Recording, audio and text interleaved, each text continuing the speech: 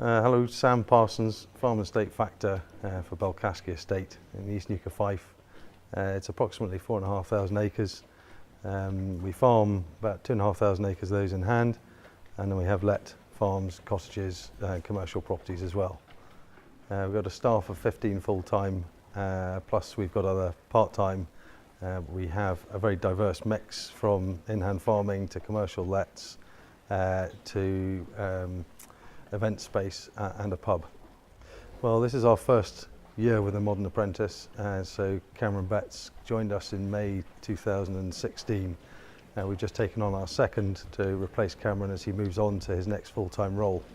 The general age of the estate workers in the rural environment tends to get older, and we're not investing enough in bringing in the next generation, and so we decided that we would have to start off at sort of school leaver age and try and increase the number of people available in the pool.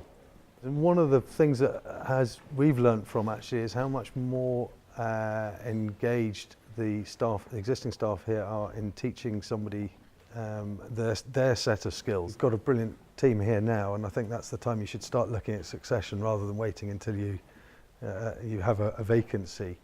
And we're looking at creating a larger pool of people to choose from. We're a pretty diverse estate now. We are becoming more diverse with different businesses, and so the non-farming side of it is growing.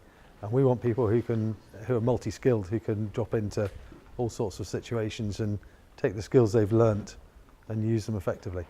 Well, I think anybody involved in land management is used to long-term investment in it, whether it's land or buildings.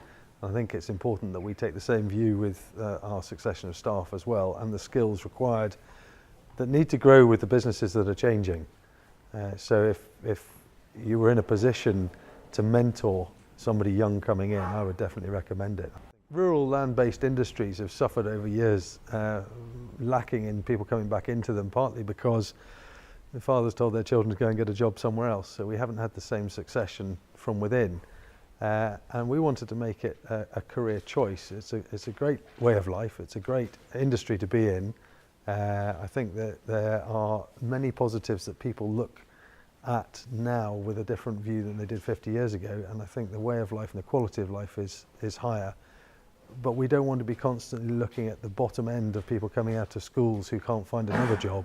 We want to be looking for people who are generally career-minded to spend their life in this industry and develop the skills needed to stay in this industry and keep it up to date.